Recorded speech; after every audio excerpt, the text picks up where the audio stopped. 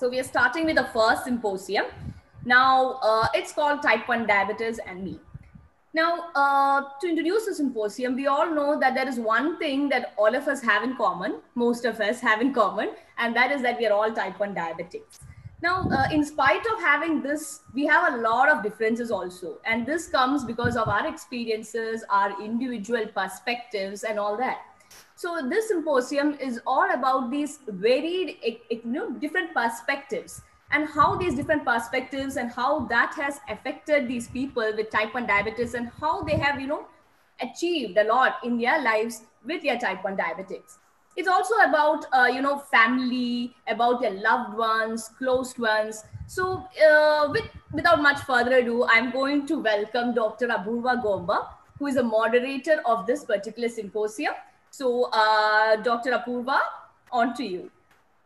Hi, good morning, everybody across the globe and people who are in different parts of the world.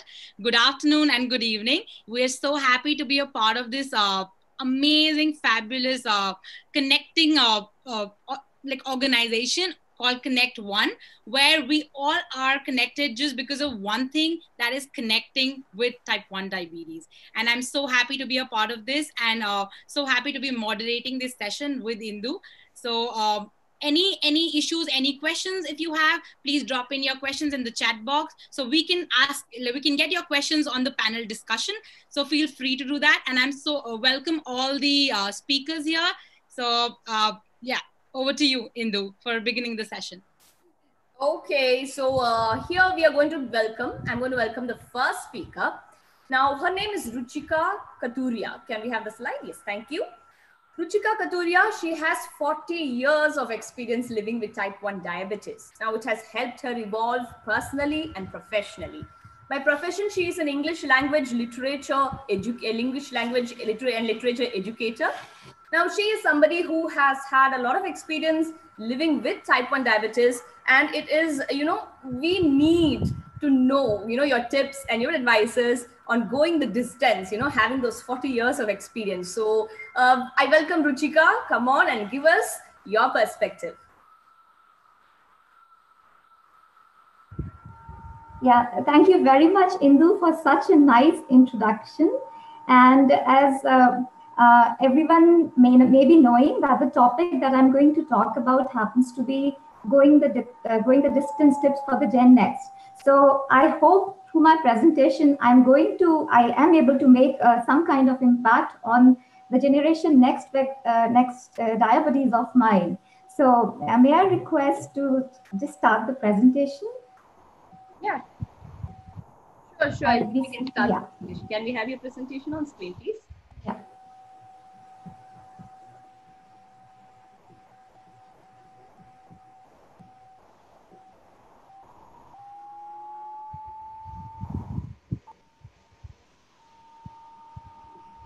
So actually, before I start with the presentation, I would like to express my gratitude and appreciation for the Connect One organizers. I mean, they have really done a wonderful job in bringing us all together on one common platform where we can share our experiences and know something better from each other. So I think my journey, my diabetic journey of these 40 years should help and inspire a lot. So let me just start sharing my diabetic journey. So I call it an expedition actually. So I call it an expedition type 1 diabetes. And when I was actually diagnosed at the age of 5, 40 years ago, now, nobody in the family had any clue about what type 1 diabetes was. So my father was in a state of trauma, so was my mom, so were my siblings. My father rushed me to the hospital in the state of decay, as we came to know later. And because I was living in a small town, the doctors also didn't have clues as to what it could have been. But they were wise enough to instantly go for a blood sugar testing. And to their surprise, and to everybody's surprise, the levels were as high as 500. And for a 5-year-old girl, obviously it was too high. But once again, I was fortunate that the doctors who were treating me, they were sane enough to immediately initiate the insulin treatment. And from then on, I was labeled a type 1 diabetes. And this is how began a deep-rooted friendship with type 1 diabetes. So when we progressed with the disorder, like my parents always made sure that it should not put them in any more confusion. So they decided to just battle it out rationally, and they made sure that they kept educating themselves. They got proper counseling from the doctors there, and they got hold of whatever limited sources of information they had at their disposal at that time. We know it was not an internet age. So whatever limited sources of information they had, they just gathered all the information. And likewise, they made sure that the needed information was passed on to me with time. And so much so that I started acting responsibly myself. And then it all started happening with a smile on everybody's faces, because I started accepting the fact nicely that I had something, but it was not something that hampered me really in any way. So I just took it in my stride, and that's how it all kept going nicely. So my parents made me understand, and they really taught me. And this is what I would like to share with my Gen X diabetes as well, that knowing T1D is half the battle.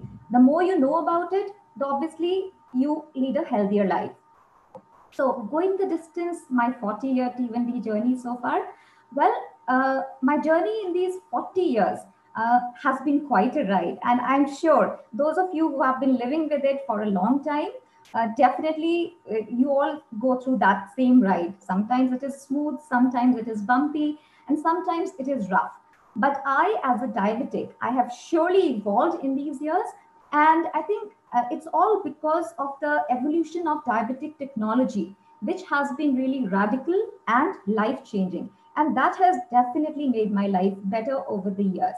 So now let me just share what I have really observed, experienced, and noticed in these last 40 years of my diabetic journey. So I come from I call myself coming from old school of diabetes. So the kind of insulin or insulin administration, they all were very different in the 80s. So when I was diagnosed, obviously we were given this steel box that the doctors gave, and uh, and we were asked to boil the glass syringes and the needles, of course, for a good 10 minutes. And this used to be a daily task. We had to do it twice a day. And it used to be a task initially, but gradually we all got so used to it.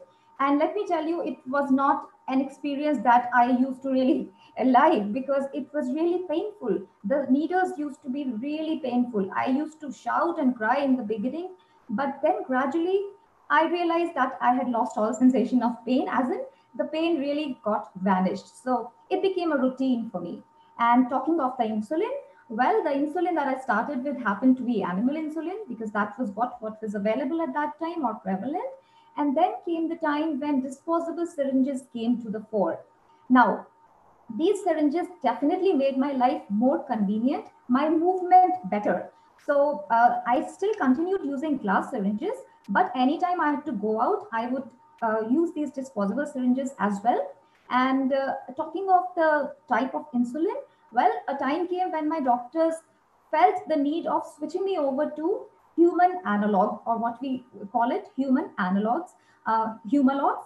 And then moving further, we started using insulin pen, which I'm still using along with the cartridges. So over these last 40 years, I have really noticed all these changes, and for good only. Let me just give you an insight into the BG testing in those times. That used to be really something cumbersome, which we didn't like in the beginning.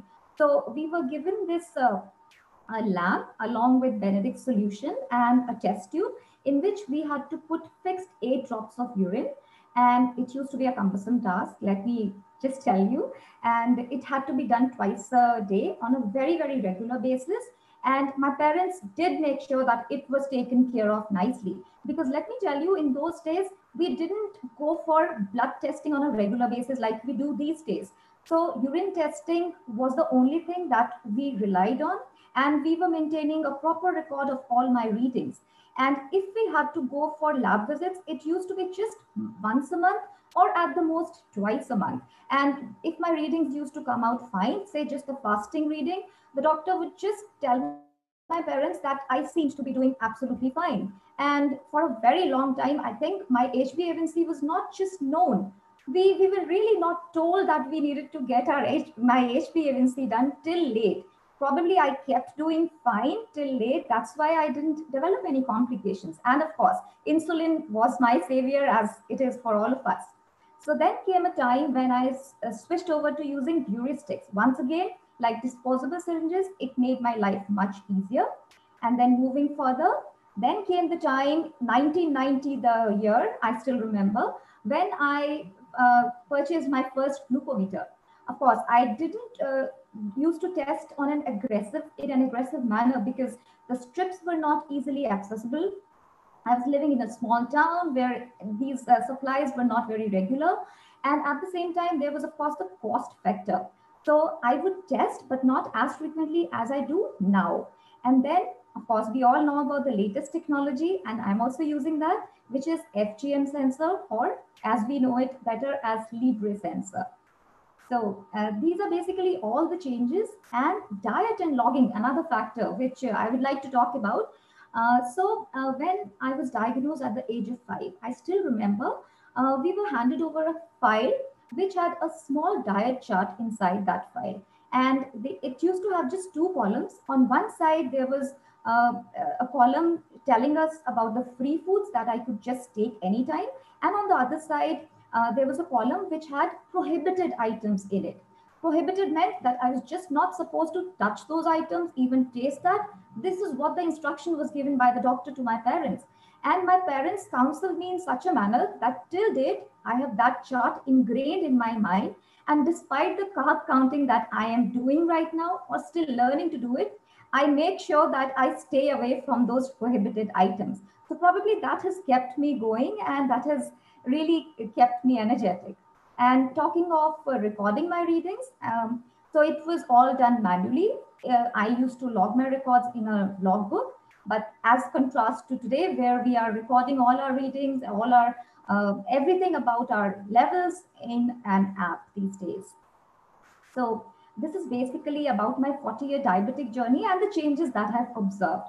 But we all know that once we enter the world of type 1 diabetes, life becomes more like a science experiment. And as I said, and earlier also, it's never a smooth ride. We go through lows, we go through highs, and on certain lucky days, it just goes all fine.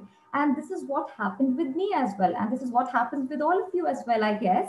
So let me just give you an insight into some struggles that I underwent at that time. So at the time of my diagnosis, it became a task for my parents, and they really had to make a lot of effort to convince the people around us, to convince my other family members, and to convince other acquaintances that type 1 diabetes needed a different approach and treatment altogether. It was not as simple as it sounded. So probably my parents thought that it was necessary on their part to train even the acquaintances, friends, family also. And they were successful in doing that. Of course, in the beginning, people would approach us, people would come to me with sympathy overflowing. And it used to be like, it used to make somebody different, make me feel somebody different. But gradually, I probably learned how to tackle that extraordinary overflowing sympathy coming from people. I dealt with it with some extra sweetness that diabetes had showered me with. So, and I tried proving to people that it was okay to live with type 1 diabetes. It just needed a different kind of treatment and modifications in the lifestyle. But yes, I was as normal as all of them. So probably that made a difference to those people. And they have been my biggest support, let me tell you. And this is one incident where probably I felt some sort of discrimination being meted out to me. Now, when I went to another city for my higher studies, I realized that those hostel authorities denied me a room in the hostel, saying that they didn't want to shoulder the responsibility of someone sick. That kind of hit me hard, and even my parents. So my father just decided that we were not taking admission in that college, no matter what. And luckily, we found a better college where in the hostel, I came to be popularly known as refrigerator girl, obviously, because I had been given special permission to keep the refrigerator in my room for the insulin. So that was one experience. And then came the phase when I got married. Now, I had always heard, and even my family, that uh, uh, diabetes and marriage, that seems kind of impossible. So when I was told this repeatedly, I took it up as a challenge, because challenges and me, we both are synonymous. So I decided to give it a try. And yes, I did face a lot of rejections, lots and lots of rejections. But I was not the only one getting rejected. Even I also rejected, till I found my life partner, and the most supportive and most understanding, who also happens to be a diabetic, and my best friend, obviously. So, guys, and that happened, let me share, that happened on Orkut Diabetic Community. So being a part of community does pay in the long run. So talking of burnout phases, well, we all go through it. Even I go through it. I keep going through it, like not on a regular basis. Of course, when my levels are not okay, it just puts me off, and I take measures to correct my levels. But then mentally, sometimes I feel low. And then, of course, I have my husband, my parents, my siblings, my friends to talk to, and that really helps. Like even I like to get counseled by my diabetes, and that is my job also, as part of Blue Circle Diabetes Foundation, and as a mental health counselor. I have started liking counseling more and more diabetes. So that's the best thing about being diabetic, making, I mean, it strengthens me in a way. As I have written a quote also by Steve Maraboli, it is when I struggle that I strengthen, and that is what has really happened with me. So I would say, if you have an enormous support from all sides, be it from your family, friends, acquaintances, your diabetes, you just don't know if you have diabetes at all or not. So you can lead as normal a life as anybody else. So, and having a disciplined lifestyle, we all know it pays. And yes, knowing much more about diabetes, that also pays. So before I really wind up, I would just like to share certain tips for the Gen X diabetes. As I just said, please know as much as you can about diabetes management. And we have so many resources and sources at our disposal these days, thanks to internet technology. I mean, there's no dearth of any information these days. And then gain a broader understanding of this technology. As much as you can come to know about CGMs, FGMs, and whatever latest equipments or devices related to diabetes, please know more and more about that technology. And of course, there's nobody stopping you from chasing your dreams, like it never happened with me. And you all are doing so good. So keep pursuing your dreams, never give up. And yes, joining a community, I think it makes a lot of difference. Be a part of a community, connect with diabetes, and inspire and help others as much as you can. But above all, stay positive. So before I wind up, there's a beautiful quote that I happened to see by Naomi Kingley, a T1D for 19 years, which I would like to quote. I recognize these milestones because it forces me to pause and see how far I have come. So thank you everyone for watching me, and I hope you liked my 40-year diabetic journey that I just shared with you. Thank you everyone. Thank you. Thank you so much, Ruchika. Actually, I could connect with you so very well because I have had a 24-year-old diabetic journey as well. I also use these glass syringes and the Benedict solution and all that in my initial stages. So, Ruchika, now I actually have a game to play with you. It's like a chota mota game. It's called Rapid Fire. Okay. So I'm going to ask you some questions, and you're going to give me answers like fatafat, quick, okay? I'll try. And very short word and answers only I need. I don't need that time. It won't take too much time to think. It's just a fun game, okay? So, question number 1, okay? Do you, after your blood testing, lick your finger or wipe it? I wipe it. Good. Next, glucose or something else like carbs when you're hyper? When I go into hypo, I prefer taking glucose tablets. Okay, cool. Next, how many times do you check your blood glucose levels daily? I get that those symptoms, and anytime I have a doubt, I'll check. Actually, on an average, 5 times a day, on an Okay. average. Okay, hypos and hypo or hypo, which one do you fear most? Hypo, Hypo, high definitely. five. Same here too. Thank you so much, Ruchika. We are actually thrilled to hear your journey. It was quite amazing, and I'm sure it might be thrilling to a lot of the people here, especially those who are just diagnosed. It might be completely unique and new. So Thank you very much. thank you so much. So shall I go on to the next speaker? Can I have that on the screen? Apurva, do we have any questions? Yes, we have a very important question, Ruchika, and it's Ruchika, please come back. yeah.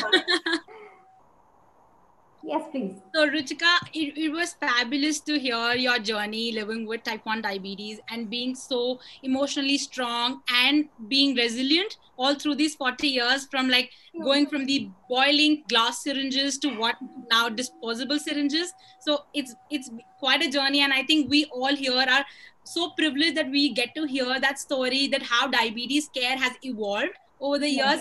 So there's a very important question, and just to summarize your talk in like one line, I want to just quote this in Hindi. Knowing T1D is half the battle, which means like हमें T1D बस एक diagnosis हुआ है, but वो अभी हमारी जंग की बस शुरुआत है. So the reason why we are here connecting with each other is because हम सबके experiences बहुत अलग हैं. और हम सब एक दूसरे को एक सहारा बन के आगे लेके जा सकते हैं. वो होता है, कहावत है कि आगे बढ़ के ही हमारी जीत है. तो हम साथ ही इस नाव को चलाएं तो हम जीत सकते हैं डायबिटीज से. So over to one question, how do you keep yourself motivated, and how did you keep yourself motivated for the last 40 years? And I know there have been ups and downs, but what's the piece of advice you have for others? I think I have been conditioned in such a manner that I was never made to feel that I really have diabetes. So for as long as I was in the school, I was taken care of so nicely by my parents. That thing never came up. So I think the enormous support that I have received from my family and the kind of attitude that got ingrained in me, that has really helped me over the years. And even today, with being with my husband, being with my mother, being with my siblings, and with my diabetes to talk it all, I think they have made a big impact on me, and they have strengthened me even more. So I think the enormous support that we receive from all sides, that makes a huge difference.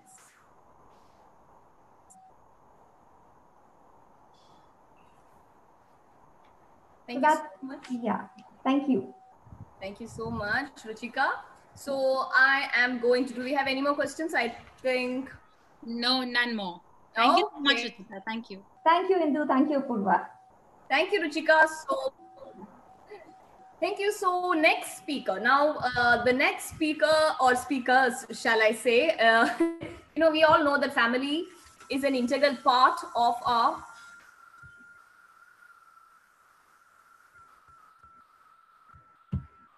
family is an integral part of our community. So this is a type 1 family who has been managing diabetes successfully for some time. Okay. Now, Nagesh was diagnosed at the age of 23. He's a father. Then we have the mother, Pratima, who was diagnosed with type 1 diabetes at the age of 12. We have little Yuvraj, their son, who was diagnosed with type 1 diabetes at the age of 4. Now, by profession, Nagesh is a lawyer. He's practicing in the High Court of Gujarat since the last 28 years at Ahmedabad. Then Pratima is also a postgraduate in commerce, and she's a part-time teacher in a school too. She's a hands-on family person who's also taking care of the grandparents who are also diabetic and been on insulin for quite some time. Now, Yuvraj is studying class 6. He is a great dancer and he's a very active person too. So this is a very cute type 1 diabetic family, and they have their own ways to deal with hypos, support and all that. It's going to be really interesting, and I am really thrilled to actually welcome you guys. So welcome Nagesh, Pratima and Yuvraj. Please let us know about your perspective and your experiences. Nagesh, you need to unmute yourself.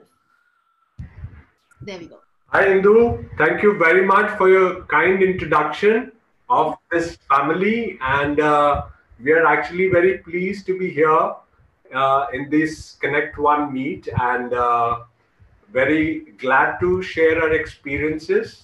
So we begin with our slide. I mean, you'll all have to help me a little. Just No problem. No I'll problem. put up a. Hi Nagesh. Hi Yuvraj. Hi Pratima. Hi, Jazz. How are you? I'm very well. I was at the inauguration and it was so fantastic. Thank you. And a lot of things that were, spoken about were really great. अच्छा आप आपकी वो नीचे ना share screen है green colour का button. That I did, but now I'm on screen. Stuti and Ritika, would you like to help? Have you opened your PPT? PPT, should I open it? Yes. First open your PPT. Right. Minimize the Zoom window and open your PPT. Technical glitches are a part of life, guys. Just like type 1 diabetes, hyper hota hai. Same way. Okay. This is hyper and hypo. 1 minute. Oh my God. This is a shortcut. If it's too much of a problem, we'll just share it from our side. Don't worry about it. Yeah, if you could do that. Yeah, sure, of course. Just keep saying next when you want the slide. All right, I'll do that. All right.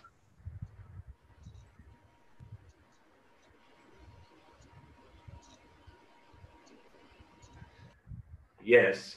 So we are a type 1 diabetic family. Let me introduce my son first. Ritika, can we have the next slide? This is Yuvraj. Hi everyone, good morning. I am Yuvraj Sood. I am studying in St. Kabir School and in 6th standard. I am 11 years old and I love to dance. I am a sports lover and regularly play tennis. When I will grow big, I want to be an actor. My favorite actor is Tiger Shroff. I am a type 1 diabetic from the age of 4. I am managing it by taking insulin and regular exercises. I am a foodie and love eating various kinds of foods. Thank So you. that is Yuvraj for all of you. I mean, he's a very graceful dancer. He's being taught by Jazz and his team at Spin Academy. And he has a lot of friends. He likes to be, with his friends. And like Indu is an actor, he would get some tips from Indu. He wants to be a future actor, and he loves sports as well. So next slide, please. So Yuvraj was diagnosed with diabetes at the age of 4. Of course, at getting diabetes at this young age, it was a real shock to the family, because we couldn't actually know as to what was the cause, and we were also not quite aware as to how would we manage diabetes for a four-year-old kid, because there were sudden changes we had to undergo. He was going to the school already, and therefore we thought, how would we manage it? And we also were looking for a good doctor who could, guide us with this. And fortunately, we could meet Dr. Goel, and that is how Yuvraj's journey began. And of course, they came about a lot of restrictions for Yuvraj, and like a Punjabi family, we are all foodies, and we thought, how would we restrict his diet or lifestyle? But very beautifully advised by Dr. Goel that, he's a growing child, he needs everything. So just don't let him eat direct sugars, but he could eat everything. So that was a kind of a great relief for all of us, that he could eat. And yes, dealing with a lot of sympathies, because, people then started showering, their feelings about how bad it is, and such a young age. But since we were experienced diabetic already, I mean, so we could deal with it easily, as it's just a normal condition, and he will sail through all that. Next slide, please. Yeah, so what were the challenges we faced for him in the beginning was that, since he was going to school, we thought, how would we administer insulin at school, because then they have their lunchtime, and, so we actually kind of, because, most of the schools do not have doctors, or they do not have any medical rooms facility. So that was a great challenge, but one of the teachers came forward and said that he would be able to administer insulin to Yuvraj. And then another challenge was, how would he manage school? Because there are about 3-4 hours he has to be in the school without anybody in the family around, and that is that young age. So, I mean, a lot of help came from the school, and we were all the time connected with the school teachers and management. Managing hypos, yes, we definitely, had some occasions where we had to rush to the school because of hypo attack, and but we could manage it well. As Ruchika also mentioned that, in schools and colleges, there is no assistant, but somehow we manage it with some good teachers available. Restrictions in participation in events, yes, we were, initially Yuvraj was not allowed to participate in sports or in dance competitions or annual functions. So we insisted that, it's just a normal thing, and he loves to dance, and he's a sports person. So then we had to give an undertaking to the school that he would do everything. So please don't restrict. It is just about managing his diabetes, and we are doing it. We are ensuring that he remains good. So we have always taught him, or we advised him, that it's just a normal thing. You just don't have to fear about anything, and don't make ever any excuses so far as your life is concerned, or anything you want to pursue in life. And yes, it needs a lot of constant attention of parents and the stakeholders around us. So people are learning, getting aware of diabetes. Now there are a lot of programs which have been initiated by Jazz, Dr. Bansi Sabu. Yeah, these are the stakeholders, these are the caregivers who are doing very well. And in fact, I would like to mention one educator called Pradyuman Singh. He's no more with us, but he was such a great support. He was attached to Dr. Bansi Sabu's clinic. He gave a lot of insight about, how we could well manage diabetes with a young son. He had a daughter, but he dedicated himself to this movement. So that was a great thing. And of course, stigma attached to this disease, we all know. So gradually, when a lot of awareness comes in, so people would understand what this type 1 or diabetes is all about. Next slide, please. So we coped up with this type 1 of Yuvraj. It was easier for the family because my parents are diabetic. They are type 2. And Pratima, Yuvraj's mother, and I were type 1. So we had an easier way, and we were quite experienced. Of course, now the technology is available. We could check sugars regularly. Also, advice of the doctors, how we have to manage his food habits, etc. We could catch up with the routine, what he had to undergo. And we also insisted that he should have physical activity. So every evening I tell him that, it's not necessary that you should sit with books and do your homework, but you must go out and play. So that is very important for you. And but fortunately, he's managing everything very well.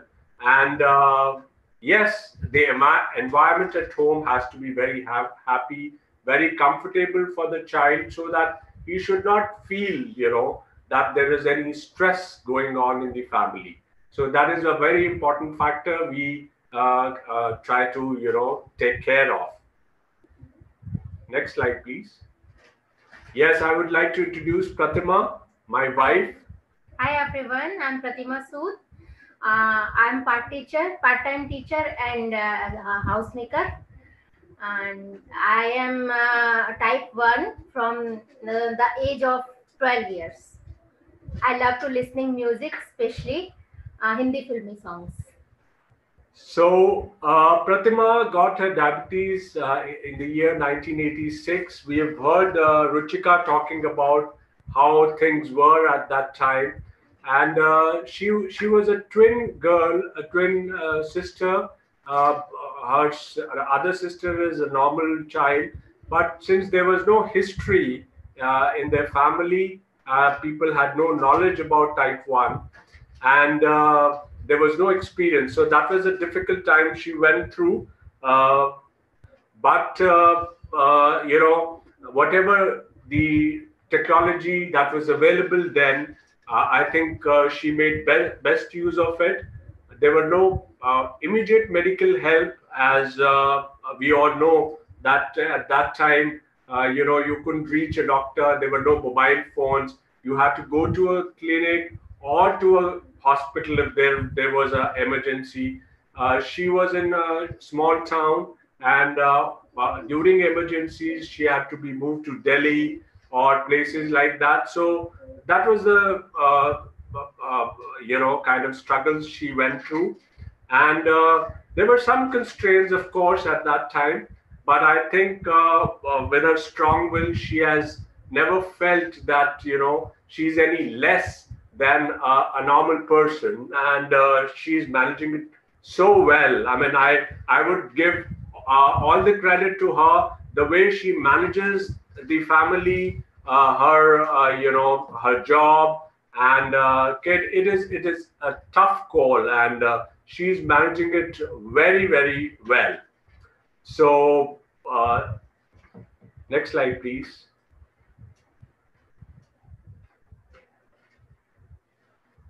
Yes, she coped up with all this until she came into my life with all her family's support, with whatever best understanding of diabetes she had or her family could get. And of course, she was leading a normal lifestyle when I happened to meet her. And she's making best use, she made best use of the facilities, details have already been spoken by Ruchika and all others. So this is how she managed. And she also dealt very positively about marriage proposals, etc., which I think all of people went through. Are we short of time? I mean, and she was quite an independent person. So next slide, please. I think we should hurry it up. So her pregnancy was a little difficult time for us. She was pregnant in April 2008. Doctor initially advised her, us to abort the pregnancy. She was carrying twins, and Yuvraj was one of the child that survived during pregnancy. And we coped up with all kind of medical emergencies with the support of doctors and positive attitude, and of course strong willpower. Nagesh, 1 minute left. Yes, next slide, please. About me, I would be very brief. It was a shocking news. I dealt with my type 1.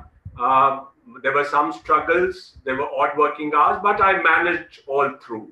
And I managed everything. I need not say much about it. Next slide, please.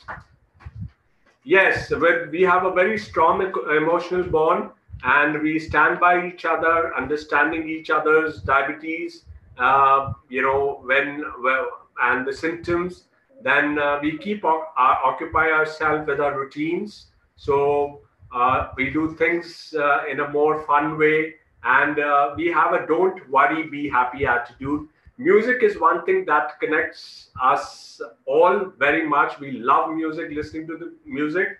So that's a great stress buster also. But that's something we really love it. And we want to give a message that type 1 is just a normal thing. And we, as we say, that we are type 1 of a kind. Thank you very much.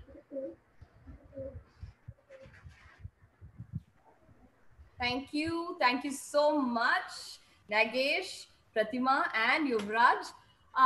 Now I'm just going to ask you the same game. If you were logged in the first session, you would know. It's like a game. I'm going to ask you some rapid fire questions. It's going to be fun questions, not essentially related to type 1 diabetes. But the point is, I want you to answer like farafat, okay? Don't take too much time. Okay. So, chalo. I'm going to ask, the first question is to Yuvraj. Okay? You told me your favorite actor. I want to know your favorite Bollywood actor. Tiger Shroff. Pardon? Okay, then let's let a female version. Alia Bhatt. I like her too. So the next question is to Pratima. Favorite hypo treat? Ruh Afza, milkshake. Oh, okay. Next question is to Nagesh. Yeah. Jalebi, gulab jamun. Which one? I love sweets, so both of it equally. I love jalebis also and gulab jamun. You can only take one. Which Jalebi is fun. Jalebi is. Okay. So, one type 1 diabetic irritating behavior that you all have in common. Nagesh. I think when we go through hypos, we kind of we become belligerent, and we don't listen to each other. Okay. So that is kind of you leave it or you don't worry, and all that thing starts coming. So it's the other one who has to feel it, that your sugars are getting low, and you please take something. I know, my God. Awesome. It was amazing talking to you guys as a family. Thank you so much. I mean, it was wonderful being here. Oh, it was so nice. It was nice to hear from a family of type 1 diabetics. And now we have any questions? We have a question for you guys. So firstly, I want to thank Nagesh, Pratima and Yuvraj for coming up and showing us a different side of diabetes. हम लोग सब लोगों को पता है कि diabetes सिर्फ एक इंसान को affect नहीं करती, but there is a huge support system that makes a huge difference. So वो family को पूरी तरह से affect करती है. And if you have a strong family, you can surpass it all. I'm sure आपके घर में बहुत like diabetes के different perspectives होंगे. I think कोई hypo में, कोई hyper में, and they will be like मेरे को दो ये करो. So I'm sure that it would have created a beautiful environment. And to Yuvraj, you're wearing a fabulous Spider-Man t-shirt. So you are a superhero already, man. So good to hear your side of the diabetes story. So there is a question from Gujarat for you guys, and I think you people can best answer this. So जैसे हम लोग सब अपने diabetes को accept कर लेते हैं, हम अपनी फैमिली के साथ बहुत कंफर्टेबल होते हैं कि ठीक है मेरी फैमिली को पता है मेरे को हाइपो हो गया, so they know how to manage it. But when it comes to telling people outside and like people in the samaj, somebody had the question like how can we make it okay in front of people in the samaj, log kaise accept karenge mujhe? So how do you like bridge that gap? I think you see very important for all of us is to show people that how you are going ahead, how you are living with diabetes. My life, I'm doing a lot of social work. I'm a teacher. I am setting an example, for everyone around us, that a type 1 is just normal. You can chase your dreams. You can do social service, like we have an example like Hindu jazz.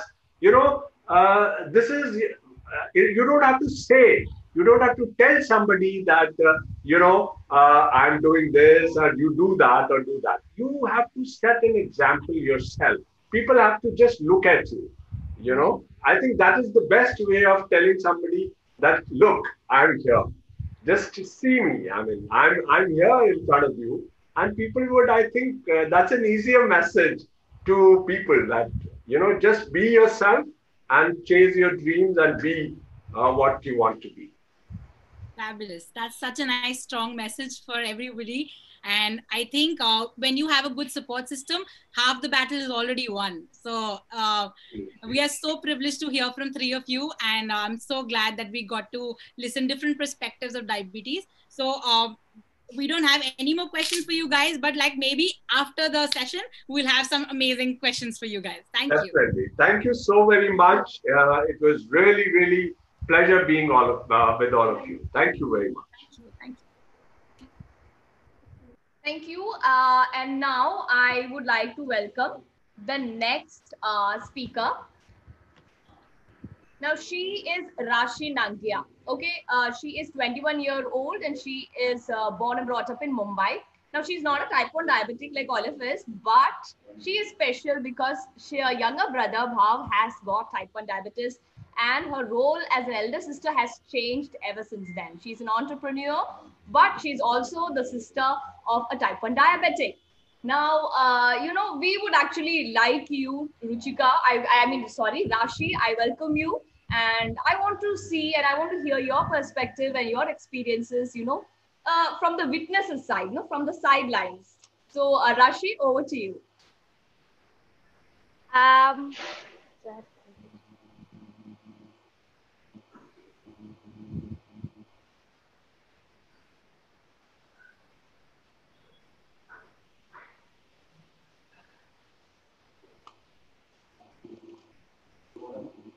Hi, yes, thank you so much. First of all, I hope everyone is in good health. I hope everyone is indoors and washing their hands and everything.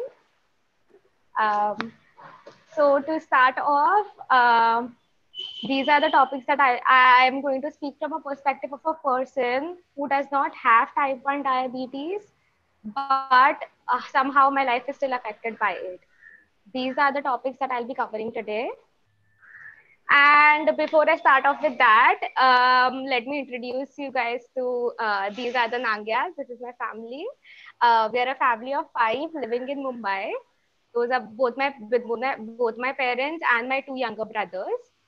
The youngest of which he's in 9th standard, is in 9th grade right now, and 13 years old. He was diagnosed about 9 months ago, and yeah. So starting off with this diagnosis, the symptoms that we saw early on were bedwetting and extreme weight loss. It was just, he lost a lot of weight and he was tired and fatigued all the time, which is really odd for a person like him because he's so active. He's always running up and down, doing something. He absolutely cannot sit still. So my mom was really worried. It was around the Diwali vacation time, right? And getting hold of a doctor was like really difficult. So in 2 days, somehow my father got hold of some local doctor. We took her to him and he waved it off saying it's a stomach infection. He gave the meds for stomach infection. 3 days in, the medications were not working. Obviously, his symptoms prevailed. And upon that, my mom became really anxious. She knew at the back of her mind that she had a hunch that something is wrong with my kid. I need to immediately fix it. So she did what she could do best. She started Googling.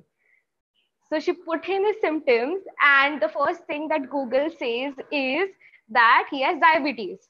And she panicked all over the house. She's going to everyone saying he has diabetes.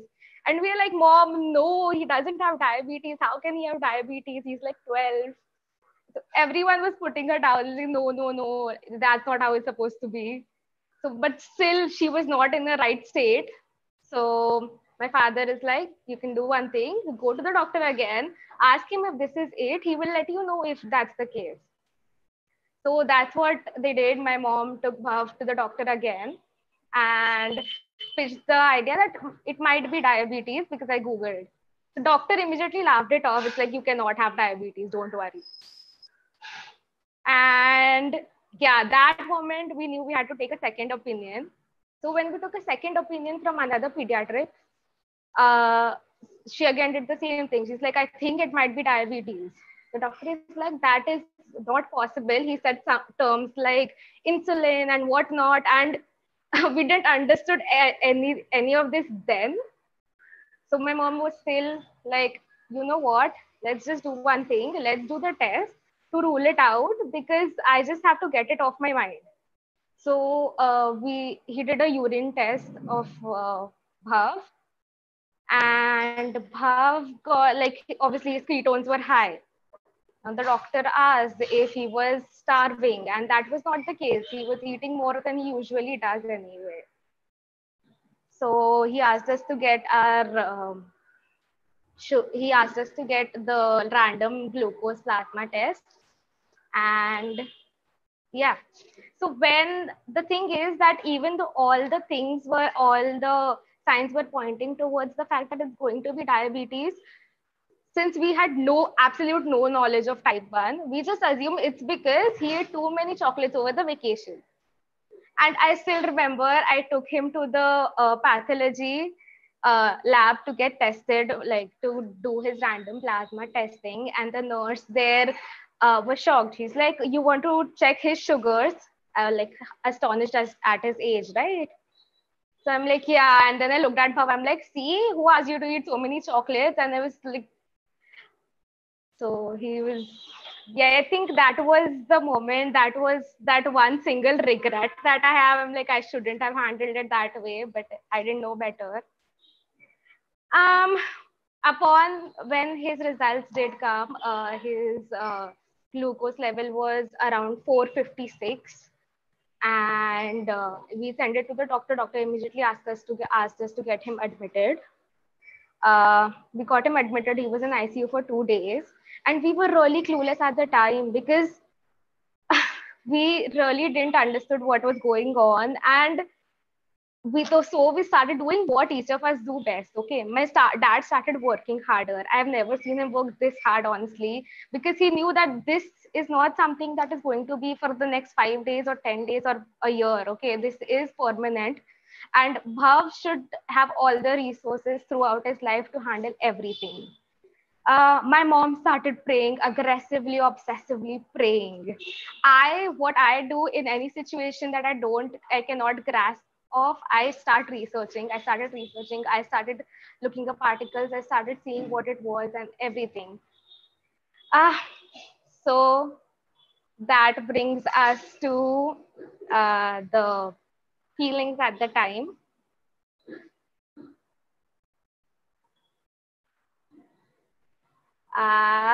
Yes.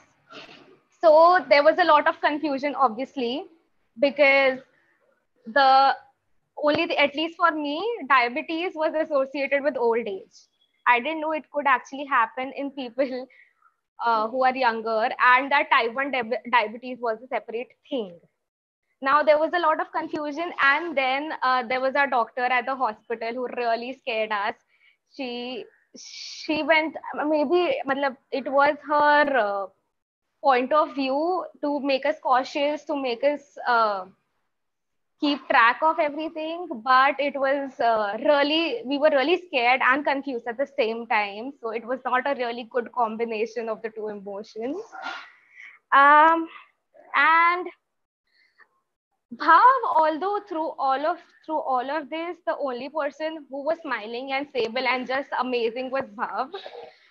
Maybe it was his age, maybe he didn't understand what was going on. I mean, obviously he did, it was happening to him, but he was really chill. And the only thing he wanted during those 7 days was to get out of hospital and come home.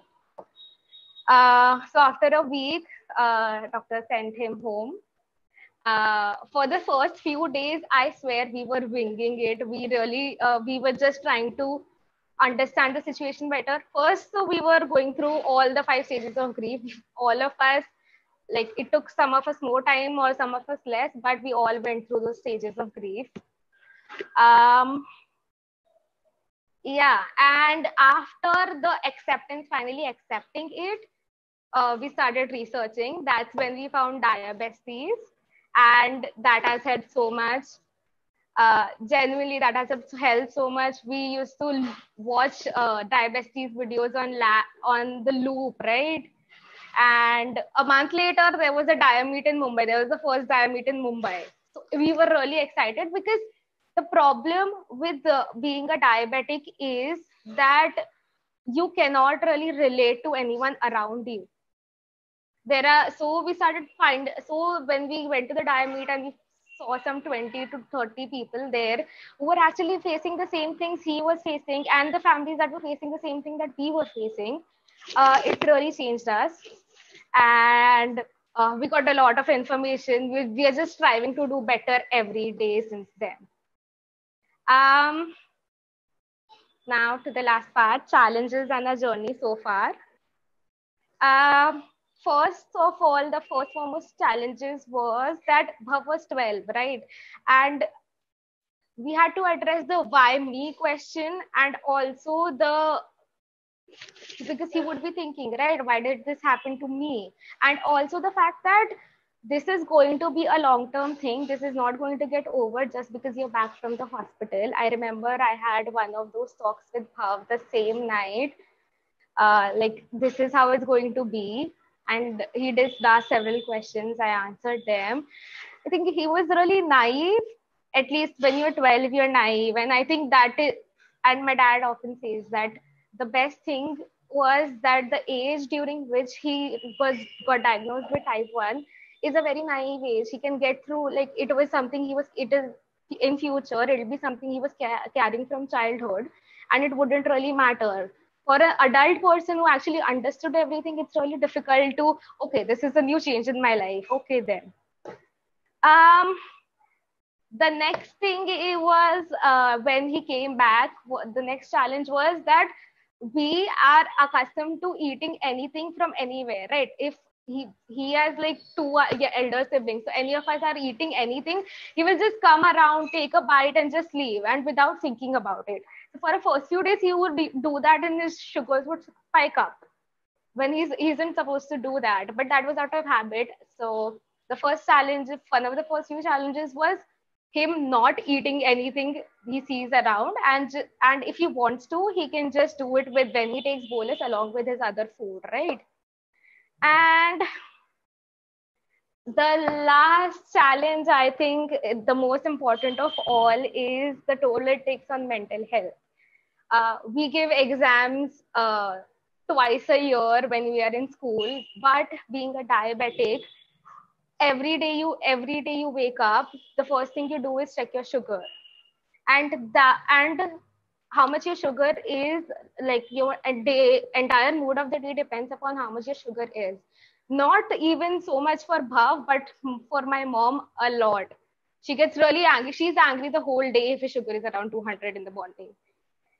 So yeah, and lastly, I would like to really applaud Bhav, because we have never, all of these emotions that I did talk about today were the stuff that we were going through, not him. He was all happy, chill, playing PUBG in the hospital, as you saw. And he's just brave. He just makes all of us stronger. Looking at him and what he does every day and doesn't think about it twice, he's just amazing.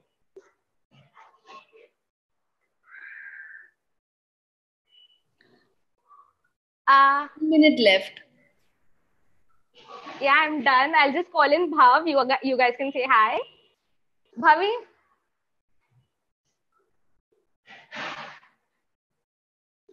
Hi. Okay, come down. That's Bhav. Hi, Bhav. How are you? Oh, Jazz is saying hi. Come now. You're doing so good. And your sister is so proud of you. Amazing. He can't hear you. I'm so sorry.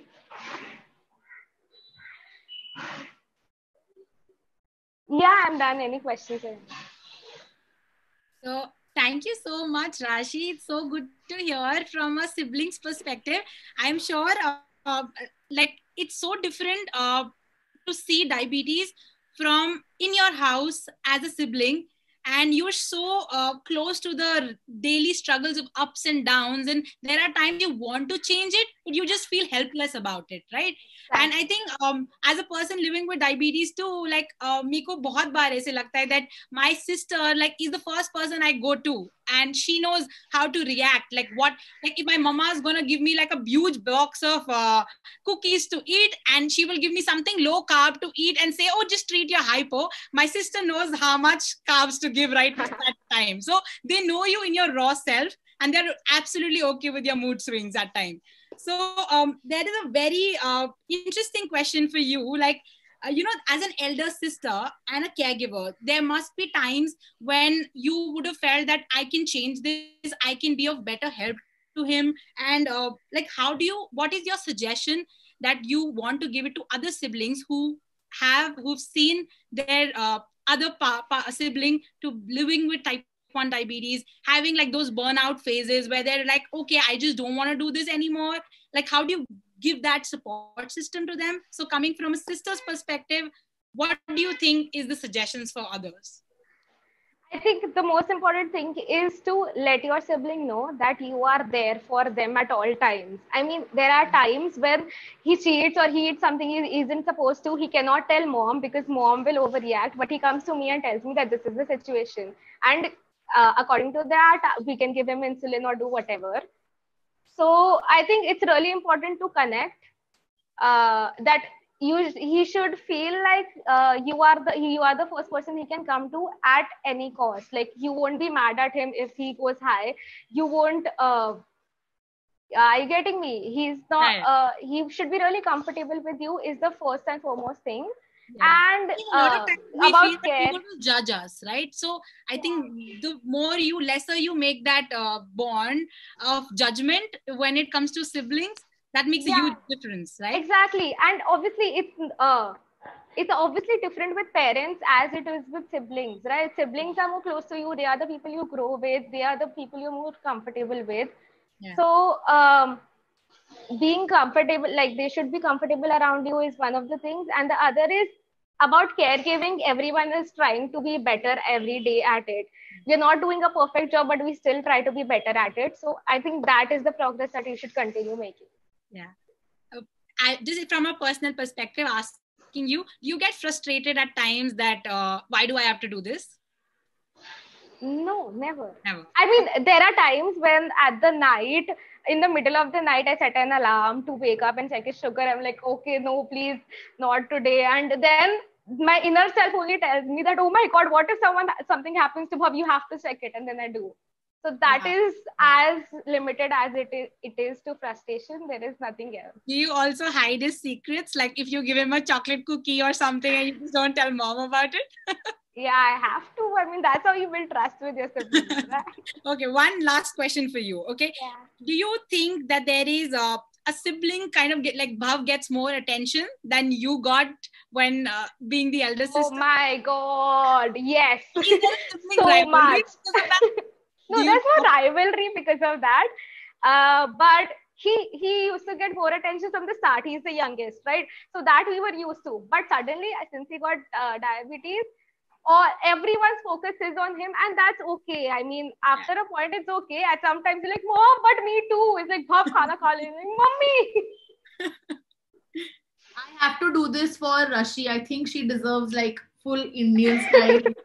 Nazar na lage to you. Fantastic, amazing talk. Thank you so much. I think Indu Thank you so much for having me. Oh shit, I think I left it. I left those last slides. I would really like to thank Diabesties and Juvenile Diabetes Foundation. You guys are amazing. Thank you so much. We would have not gotten through this without you guys. We would not have gotten through this. Mwah. Okay. And Indu, Jazz, you know how much my mom loves you anyway. I know. She probably loves you more than me. I'm convinced. There is another sibling to fight with now. Indu, go ahead. Okay, so Rashi, I'm going to play the same game with you. I'm going to have this rapid fire thingy, okay? So just give me a yes or no. Have you tested your blood with his glucometer? Yes. Okay, because I've got a sister too, and I know she does these stuff too. Okay, in one word, can you describe the smell of insulin? It's like vinegar, but not as strong. Okay, I'll take that. I'll take that. So, one for you: Facebook, Twitter. Which? I'm sorry, you're cracking. Hello. Facebook. Or, can you hear me now, Rashi? Can you hear me? Hello. Hello, Rashi.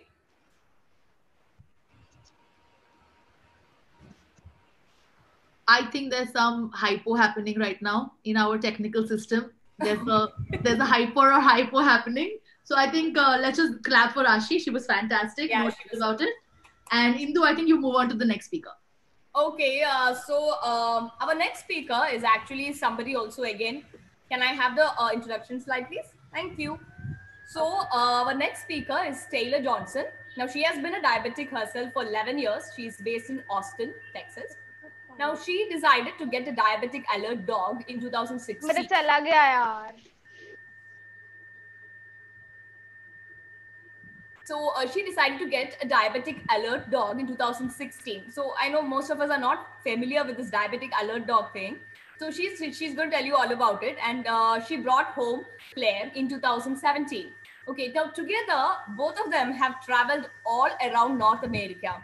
Now, Taylor is a passionate advocate for service animals and the benefits they have for those living with diabetes. Now, we want you, Taylor, I welcome you, and I want you to let us all know what is your perspective in having a very different kind of pen pal, a type 1 diabetic dog. So, on to you, Taylor. All right. Well, hi, guys. Thank you so much for having me. So I've kind of been listening so far, and it's super interesting that it seems like kind of no matter where we are in the world, having a community is what makes having type 1 a little easier. So I'm going to go ahead and share my screen with you guys.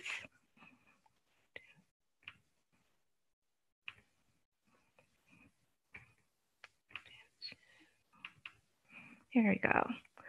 So, as I said, my name is Taylor. The big-eyed kind of dog right there is Claire.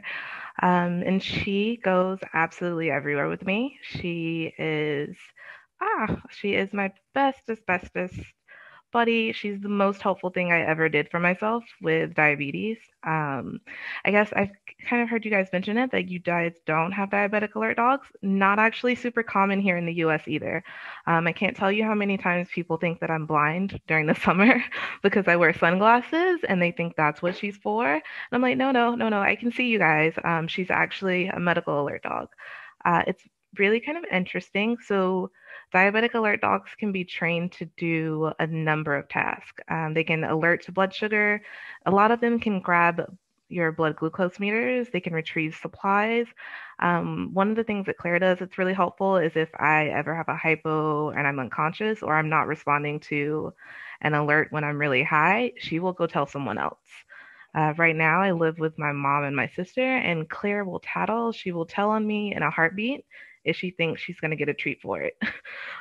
So she loves going and like alerting everyone, and she will tell absolutely everyone she can that my blood sugar is high. I personally got a service dog because I was wearing a CGM. I was wearing a Dexcom for a while. Didn't really like it. It's really, really hot here in Texas. And I dropped really, really quickly in the heat. I had a few kind of scary hypos that my continuous glucose monitor didn't catch. And I was like, oh, this is not very good. I also tend to sleep through CGM alerts, and I just don't like them. They annoy me. And so that's when I started looking into getting a diabetic alert dog. So I started kind of looking into some different agencies, and I ended up finding someone who was really close by. who train dogs and let me come down to the facility and play with a bunch of puppies and kind of learn how it all worked. And through that process, I was paired with Claire. And this is just her with some of her little toys that she gets once a month and on some of our beach trips. So the way that she alerts is the way we smell actually changes, which sounds really weird, but apparently we smell really gross to dogs when we're high. So kind of frequently, if I'm a little higher, she will try to like lick the smell off of me, or she'll just leave after she alerts. She doesn't like the smell of like high blood sugar at all. She thinks it's super gross. Lowe's, on the other hand, I've been told by other people smell sweet. She gets very kind of cuddly and snuggly if I'm low. Her normal alert is to just, she'll sit, and I think I have a picture of it on another slide, and she'll put one hand up and like paw me. She's trained to alert anytime I'm outside of a certain range. So for me, it's 120 to 150, but I think for you guys, it's 6.7 to 8.3. And that's a little higher than where I kind of run on my pump, but it gives me a nice range to correct in either direction. And so that's kind of why Claire alerts within that range. This is just kind of Claire hanging out, sleeping. These were definitely times where my blood sugar was well within range. Part of having a service dog is people always want to ask, like, what does she do? Show me. And unfortunately, or fortunately for me, this is what Claire does most of the time. If I'm having a good blood sugar day, if there's nothing crazy going on and I haven't had cupcakes or something like that, Claire is sleeping. This is Claire when everything is good with my blood sugar. So I got Claire, brought her home in 2017, right before she turned a year old. And so it's been 3 years, almost 3 years. She'll be 4 in September. And in these last few years, my A1C has been a lot lower. And I can also sleep through the night. I think another presenter mentioned earlier some like sleepless nights and that kind of thing being a part of being a type 1. One of the big benefits of having Claire is that I get to sleep through the night now. I don't think I had slept through the night in 8 years or so before I got her.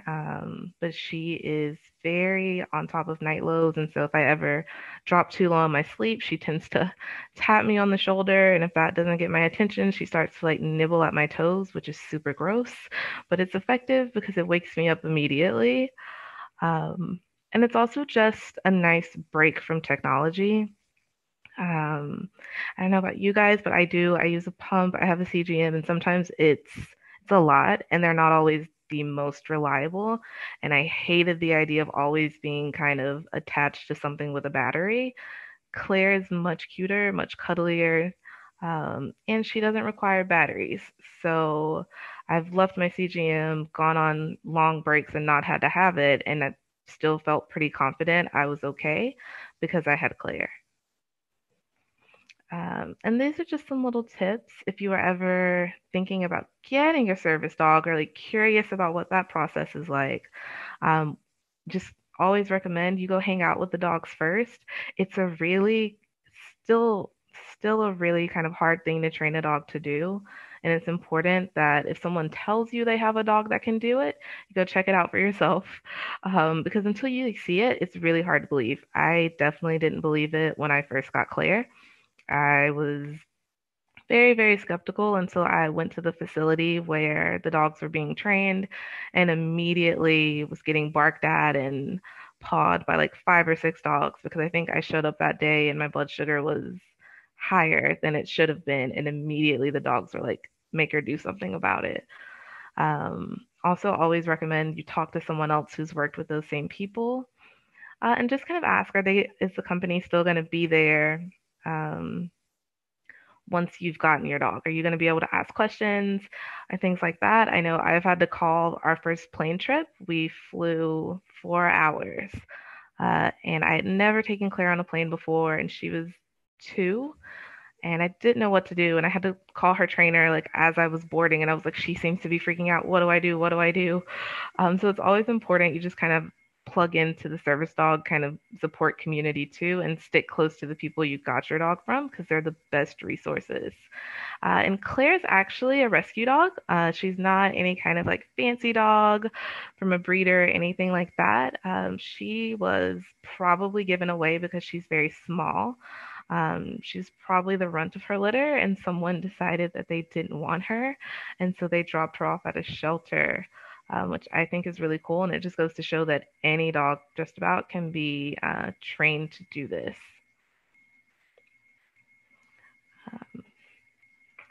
But other than that, yeah, that is Claire in her sunglasses. She's also a model. Especially since we've been quarantined here for so long, a lot of what we've been doing is posing Claire in her sunglasses and taking lots of pictures because we are stuck at home and she's bored and we're bored. But yeah, if you guys have any questions. Thank you so much, Taylor, for coming up and bringing this fabulous program, like fabulous presentation, especially coming from Boston. I think it's 2:30 in the night there, and so good that you actually made up that effort to be here with all of us and attend the conference and be like just present your side of the diabetic alert dog. So thank you so much. You're welcome. I will just brief this your presentation into Hindi, and if somebody has any questions, please drop in the Q&A box so we can ask questions directly to Taylor. So just in Hindi, I'm going to just brief this that Taylor has trained. Taylor ने अपने dog को train किया है.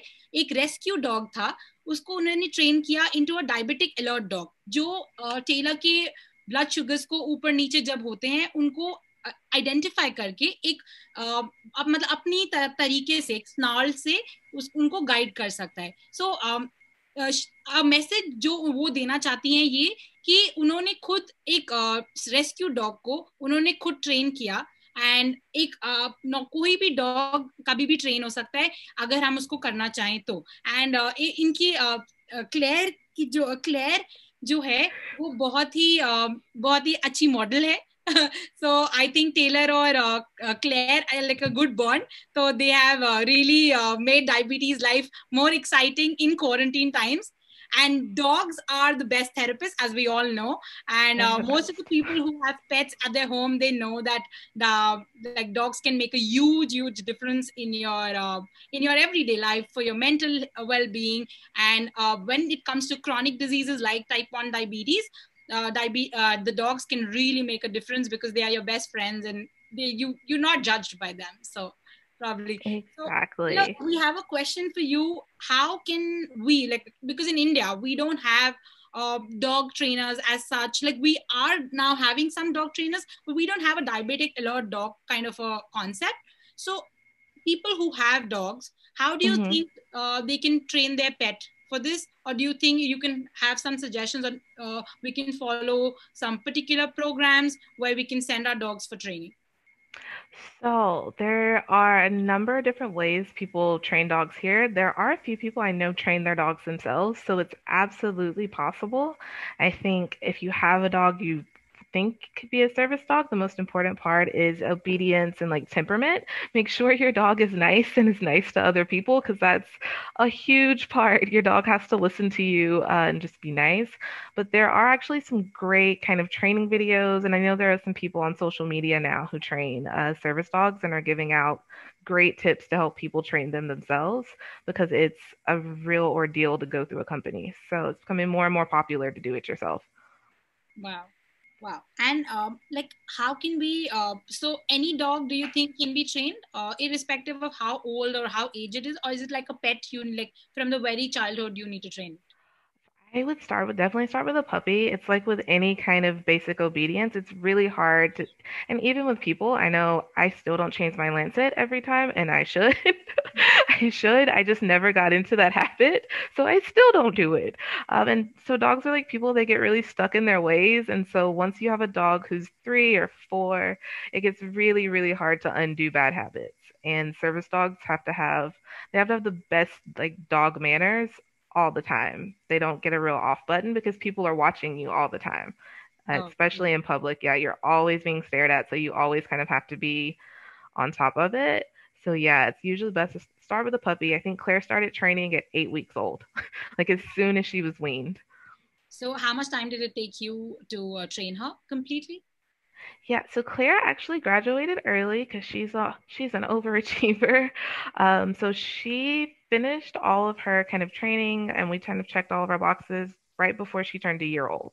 So it typically takes about a year and a half. Wow, wow. And just a random question.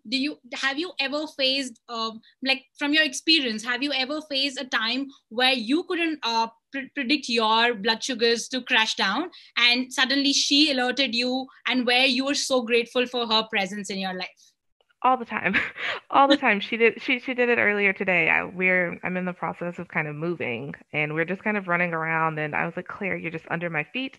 What are you doing? Like, I'm fine. And then my like phone and my watch started buzzing and I was like I was dropping pretty low just because running in and out of the house in the heat. And I didn't notice, but in 15 minutes it was definitely going to be a problem and she was on top of it.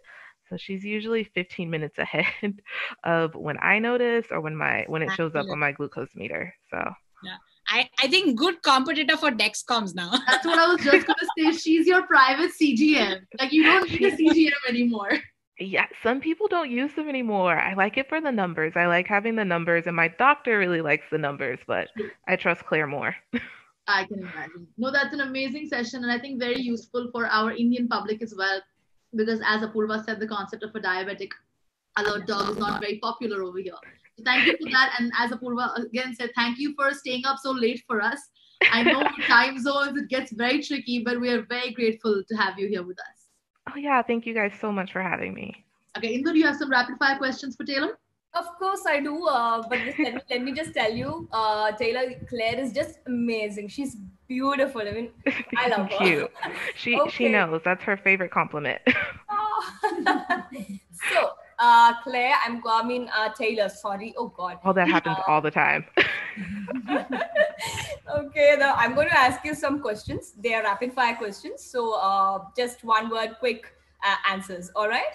All right. Okay. So what are Claire's favorite hypo treats? Oh, peanut butter. Wow. Okay. So another thing, it's for you. Okay. Hypo snack: chocolate, banana, fruit juice, sandwich. Which? Oh, juice. I only have juice when I'm low. Good girl. Okay. So type 1 diabetes in one word, according to you. Oh. Right now I'm very tired, so sleepy. I know, I can understand. Just random. It's not a serious thing. So just random, what comes to your head. Yeah. You know what you say? Type 1 diabetes. Oh, it's hard. It's so hard. That's hard. Chalo, Yeah. check it. I'm going to give you something really simple. Book or movie? Are you a book person or a movie person? Oh, book. Awesome. You're my kind of person. Lovely, Taylor. And like Jazz and Apurva said, thank you so much, coming at this particular, godforsaken time and taking, coming and talking to us. It has been lovely having you here. Thank you so much from all of us. Thank you. All right. Thank you, guys. Thank you. Bye. Have a good sleep. Good night. Bye. So I'm actually handing it over to Apurva for the panel discussion. That will be starting now. So Apurva, on to you. So we have now. If all the questions, how many people do we have on the panel? Do you think all the questions have been answered? Most of them, yes, to the point, but there are just a few questions which are just random. So if anybody wants to answer that. So, but how many people are there on the panel? We have Nagesh family, we have Taylor, we have Rashi, and we have Ruchika. Okay. So can you all turn on your videos, please? Yeah. Nagesh, Sood, Rashi, Taylor, and Ruchika. Perfect. Over to you, Apurva. Yeah. So, like you all shared, diabetes has different perspectives living with it. It's T1D and me. So the me comes here. And how do you handle a situation where people kind of judge you as a special person in fitting you into a normal category or not. All of that. So who wants to answer this? Just take over. One person. Taylor, you want to answer this? Okay. I'll take you, Ruchika, next. Taylor, over to you. Okay. I think the question was, do people treat us differently? Yeah. Yeah, there's some of that, especially as I've gotten older in the workplace and in school, with just some kind of higher ed learning and stuff like that. People don't want to make certain accommodations, or you have to be very kind of vocal about what your needs are as a diabetic. Not sure how it kind of works there, but here I have to be very specific about like, no, I have to be able to eat. I have to be able to like stop, check my blood sugar, have treats, bring clear. So there's some aspect of like special treatment, but a lot of it is just kind of countered by being really firm about this is what I need to be healthy so that I can do the best job that I can. Yeah. Ruchika, to you? Yeah, it's absolutely the same with me also, what Taylor just said. And I'm absolutely in complete agreement with her because I faced it myself at my workplace, even in school, college. And I cited one incident also where I was discriminated against. I was denied a room in a hostel. So that obviously made me treat them in a different manner. But I think it's entirely up to us how we educate them regarding type 1 diabetes and how we make them feel, yes, that at special times we need certain liberties when it comes to taking special diet, and we need to keep ourselves away from that kind of treats or etc. etc. But at the end of the day, I think it's all about creating awareness and educating them and telling them that yes, we need to be treated differently at places, but not all the time. We are as normal as all of you are. Yeah, rightly said. Yeah, rightly said, Ruchika. So there's one more question for Nagesh and Rashi, because you share a different story of a family getting affected with diabetes, and it's not just one person's battle, but the whole family gets involved in the support system. So what is the message you want to share to people who don't want to really share it with people, or they want to hide their disease and thinking that people will judge me, or like I can help myself, I don't really care what my family has to do, I don't have to ask for help. Some people are scared to ask for help. So what kind of message do you have? Over to Nagesh first. Yeah. See, actually, what we go through with our family or somebody who's having diabetes is very different from what others people look at it, because they don't have that feelings which we have. So one has to be very careful, because you don't want extraordinary sympathies from people, but you have to be really firm about what the actually thing is, because people around you are not aware. People are so they can judge you in any manner what they feel like, but it is actually a person who actually goes through what is happening and what is the requirement of the family member. It's a very closed feeling. So not necessarily we should be affected by judgments of others, and we should take it in our own ways. I mean, so absolutely one has to cut off from how people think and how you think, because it's your journey and it's your feeling that matters and not somebody else's. Yeah, very beautifully said. What about you, Rashi? What do you have to say? I think one of the first emotions that my mother went through was that Bhav is not going to have a normal life. He's not going to get married. He's not going to have kids, or something on the lines of that. And that is really sickening. I mean, in an ideal world, I believe no one should judge no one based on anything at all, right? Unless it is harmful to someone else, there should be no judgment.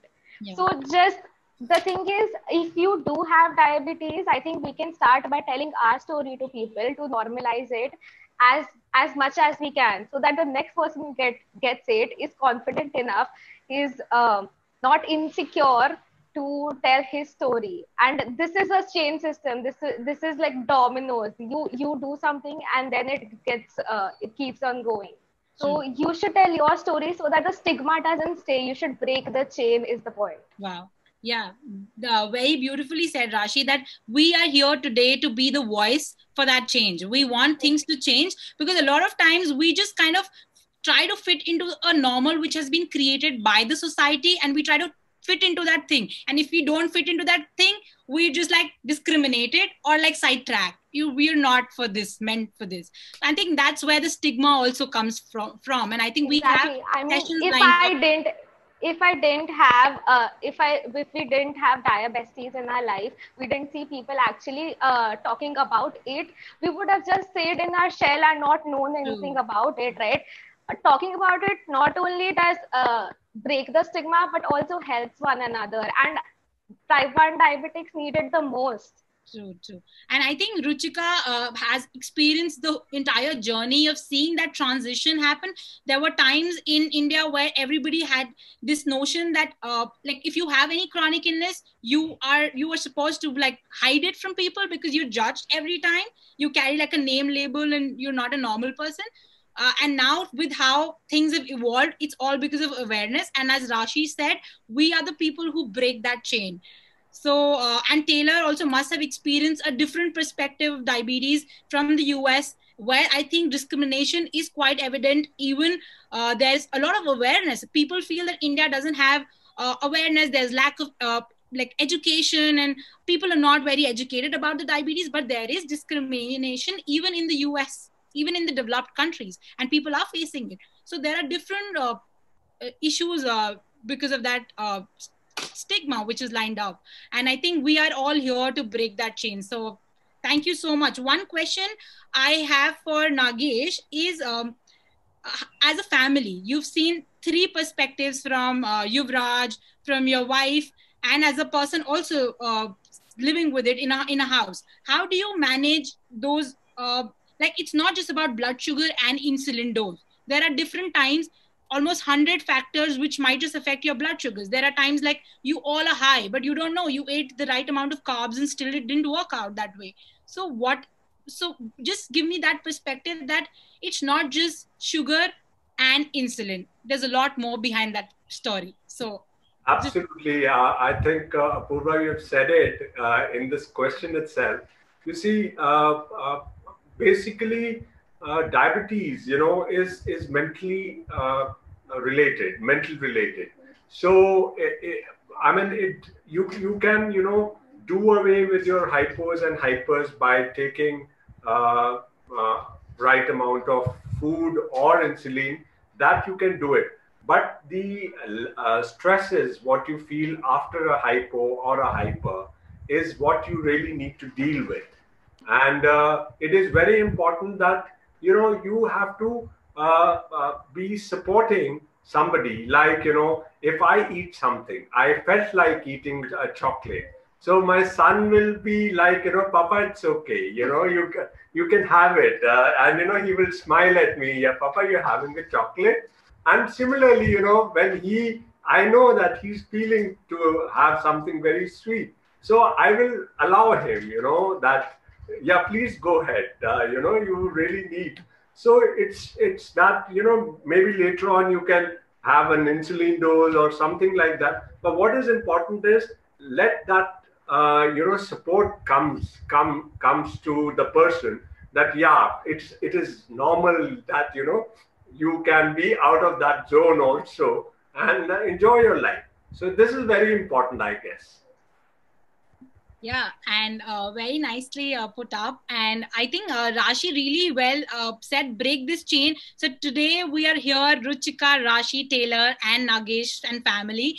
Let's be that voice, break the chain, and let's start this movement through Connect One, that we have to do it for us and for others who are still struggling to just come out of their shells of living with type 1 diabetes. So if you guys have something to say one last time before we call off this session, so please, over to you guys.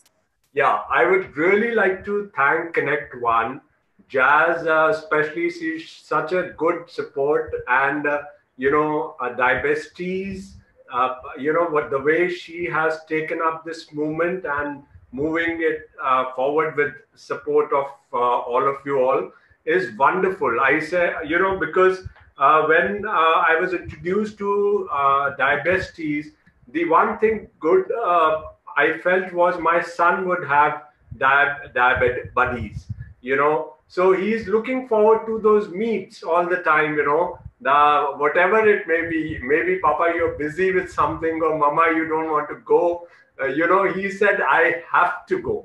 So this is a very important factor, which is very much necessary for today's generation, that you connect with people, you connect with diabetes, and this is how you would feel good about everything. This is your life, and we must take it forward. So I want to really thank you, Apurva, Indu, and many thanks to Jazz and her team, Ritika, and whoever have helped us to come to this platform. Thank you so very much, and the participants also. Thank you very much. I must say, Yuvraj wanting to come for Dia Meets gets me into a lot of trouble, because he's have exams or something. He's like, no, I want to go. And I'm like, oh.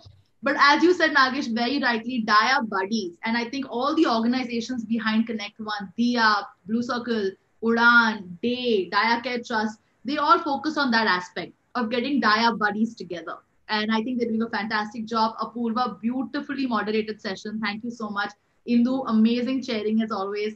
And before you all leave, can you all together say connect with us? So I'll say 1, 2, 3, and everyone say connect with us together. All right? So 1, 2, 3. Connect with us. Great. Thank you. Great. Thank you, everyone. Thank you, guys.